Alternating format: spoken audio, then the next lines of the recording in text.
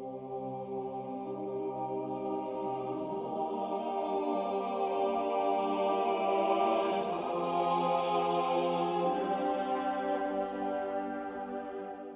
amis, fidèles du Padre Del Pio, bonjour, mon nom est Jean Goyard et vous assistez au programme Grâce au Padre Del Pio.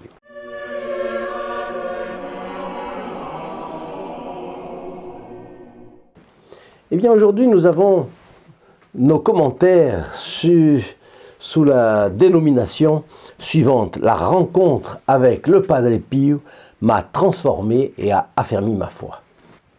Annie qui m'écrit: quand vous dites que lorsqu'on prie, c'est pour offrir et pas toujours demander, un prêtre m'a dit tout à fait le contraire.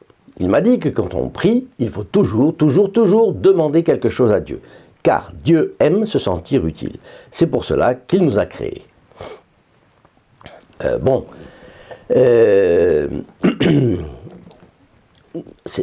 Plus que Dieu se sente utile, aime se sentir utile, c'est que Dieu nous traite tendrement comme ses enfants et qu'il aime que nous recourions à lui, bien sûr. Annie continue. N'oubliez pas, autre chose, c'est pour cela qu'il nous a créés. En réalité, notre Seigneur, Dieu, nous a créés pour l'honorer, l'aimer et le servir. C'est ce que dit saint Ignace dans son préambule et fondement des exercices spirituels qu'il donnait chaque année à tous les jésuites. Donc, disons comme ça, que cela fait partie. Il aime que nous recourions à lui. Dieu aime que nous recourions à lui. N'oubliez pas qu'il a dit, continue Annie, « Demandez et vous recevrez ». Le Notre Père est une prière de demande, faite par Jésus-Christ à son Père. Quand on prie, il faut toujours demander quelque chose à Dieu. Je ne parle pas de choses matérielles, mais spirituelles. Et moi, je dirais aussi des choses matérielles. Le Padre Del Pio disait qu'il fallait tout demander. Quand les personnes venaient voir le Padre Del Pio pour lui demander une guérison, c'était une conséquence spirituelle, mais c'était évidemment une chose matérielle, n'est-ce pas? J'ai l'impression qu'on peut demander. Quand on se trouve à Paris et qu'on n'a pas de place, on prie son ange gardien, on prie le Padre Del Pio, hop, une place se libère, on peut se garer. On peut dire que c'est une chose matérielle, mais disons que, bon, si on prie et que l'on ne sait pas quoi demander à Dieu, on peut toujours lui demander de livrer des âmes du purgatoire. Ça, c'est une bonne chose, bien sûr.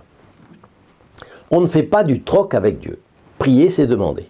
Eh bien, Annie, je vous réponds, loin de moi l'idée que vous me prêtez quand même.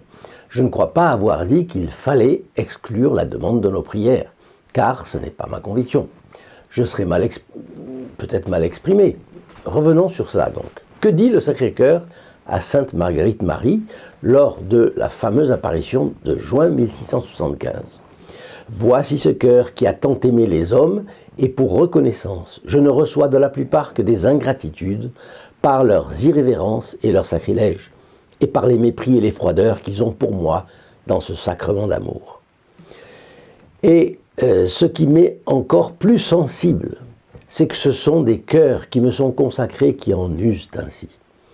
J'ai soif, mais d'une soif si ardente d'être aimé des hommes au Saint-Sacrement. Et je ne trouve personne qui s'efforce, selon mon désir, de me désaltérer en rendant quelques retours à mon amour.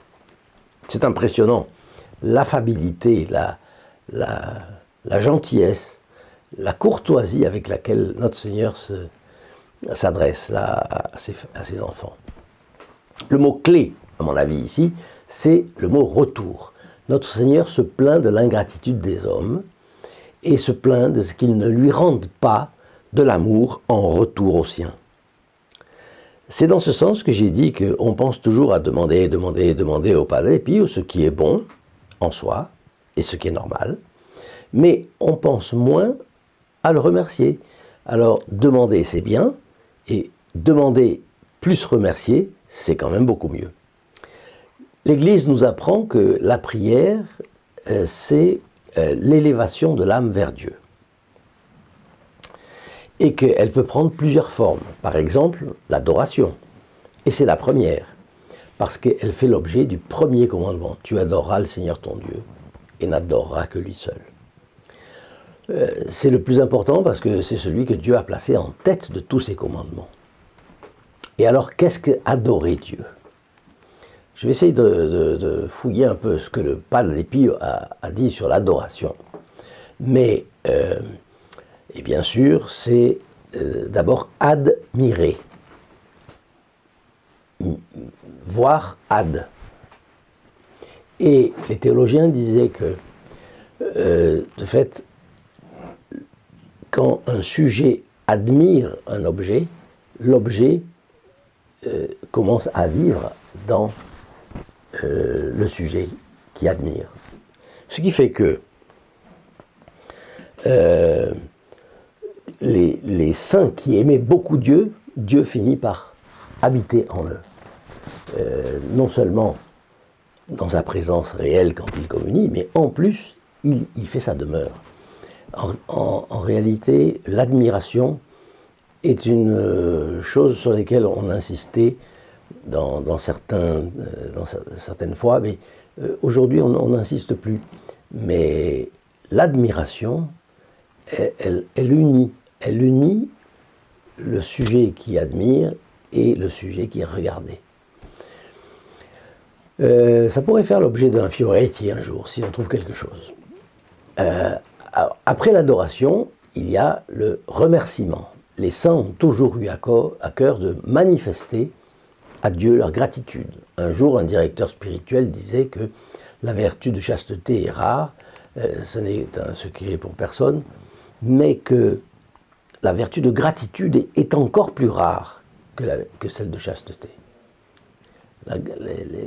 Faites du bien à quelqu'un, en général, c'est difficile. Il y en a, heureusement, mais c'est difficile. Il ne convient pas donc d'oublier non plus la demande de pardon, qui est une prière, et la réparation, qui est une prière aussi. Et puis, évidemment, la demande, la supplique. Donc l'adoration, la demande, les actions de grâce, de contrition et de réparation. Voilà, me semble-t-il, les 5 formes principales de prière. On a bien entendu la louange également, la louange faisant partie de l'adoration. La Sainte Messe est évidemment l'occasion de faire d'employer ces 5 formes de la prière. Ça va de soi. Avant la communion, il y a l'acte d'adoration, l'acte de réparation, évidemment, l'acte de contrition, et puis la communion, adoration de nouveau, ensuite l'action de grâce. On parle d'action de grâce après la communion, bien entendu, et après la demande, n'est-ce pas? Et puis après, il y a évidemment l'adoration au Saint-Sacrement. C'est une pratique recommandée par l'Église depuis toujours, et je me souviens de la grandeur à Saint-Jean de Latran d'un Salio Saint-Sacrement opéré par un cardinal. C'était d'une grandeur absolument inouïe. Donc, on peut lire sur Internet des recueils de sermons de Saint-Pierre Juin-Aymar, fondateur des Pères du Saint-Sacrement, et là, on comprend dans les prédications ou les sermons de Saint-Pierre Juin-Aymar tout ce à quoi on peut penser quand on est devant notre Seigneur Jésus-Christ exposé dans l'ostensoir. Donc, demander chaque fois qu'on prie est une très bonne habitude, sans aucun doute. Il convient même de prier Dieu de nous donner les grâces qu'il aimerait que nous demandions et que nous n'avons pas l'idée de demander. C'est ce qu'a enseigné Notre-Dame à la rue du Bac, à Sainte-Catherine-Labourée. Et elle disait, parce qu'elle était apparue avec des doigts chargés de bagues, et certaines pierres précieuses donnaient des rayons formidables, d'autres étaient éteintes. Et Sainte-Catherine-Labourée lui dit, mais pourquoi avez-vous des pierres qui donnent des rayons et d'autres non? Et elle lui répond, la Sainte Vierge répond, les pierres qui donnent des rayons ce sont les grâces qu'on me demande ou qu'on ne me demande pas, mais en tout cas des grâces que je dispense à profusion. Et puis, les bagues éteintes correspondent aux grâces qu'on n'a pas l'idée de me demander et que j'ai en réserve pour les personnes. Donc je remercie beaucoup Annie d'avoir donné l'occasion de s'étendre un petit peu sur la prière. Et la seule chose, la formulation on ne fait pas de troc avec Dieu, je n'ai pas compris ce que Annie vous avez voulu dire par là. C'est une expression en soi un petit peu ambiguë parce que le troc, on sait ce que c'est, de troc avec Dieu, on ne peut pas faire. Donc ça veut dire quelque chose, c'est une image. Est-ce que cela veut dire qu'on ne doit pas donner à Dieu en échange d'une grâce qu'on demande? Je ne sais pas ce que vous entendez par cette formule qui n'est pas directement liée à la prière, je dirais, parce que en effet, il a toujours été accepté dans l'Église catholique que, par exemple, une grand-mère aille dans une église au moment de l'examen de son petit-fils pour prier, mettre un cierge. Alors elle prie, elle adore éventuellement le Saint-Sacrement, mais c'est pas sûr. La plupart du temps, les personnes rentrent, font une petite prière, mettent un cierge. Est-ce que cet aspect de la dévotion populaire est condamné par l'Église? Jamais de la vie. Selon le cas, évidemment, mettre un cierge, c'est vouloir offrir quelque chose, mais c'est la lumière également. Certains disent c'est pour symboliser la prière qui dure. C'est pas forcément ça. Il y a aussi le fait de mettre quelque chose, un petit sacrifice financier tout petit. Mais ça peut même représenter un effort important. Par exemple, à Lourdes, à Fatima, on peut offrir de grands cierges de plusieurs kilos qui sont forcément plus chers qu'un simple cierge. Donc ou bien on marque sa gratitude, ou bien on fait un acte de réparation, ou bien on fait on offre cela en demande. Je sais que Annie n'a pas ce que je vais dire là, mais il existe un réflexe que j'ai vu ici ou là en France, qui est peut-être une mentalité un peu janséniste, qui n'aime pas l'idée qu'on donne quelque chose à Dieu en échange d'une aide espérée. Pardon.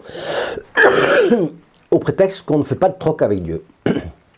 Pourquoi faisait-on à pied alors les grands pèlerinages à Jérusalem, à Santiago de Compostelle, à Rocamadour, aujourd'hui les ostensions de limousine, si ce n'est pour également faire une chose difficile, pénible, en réparation, ou alors pour demander une grâce, ou alors pour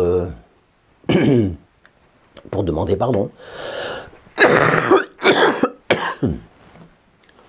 Alors c'est pourquoi, avant de répondre à Annie, je préfère savoir le sens qu'elle donne à la formule « on ne fait pas de troc avec Dieu ». Voilà.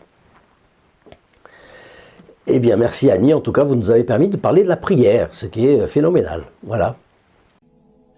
In nome del Padre, del Figliolo e dello Spirito Santo, e così sia. Sia lodato Gesù e Maria, e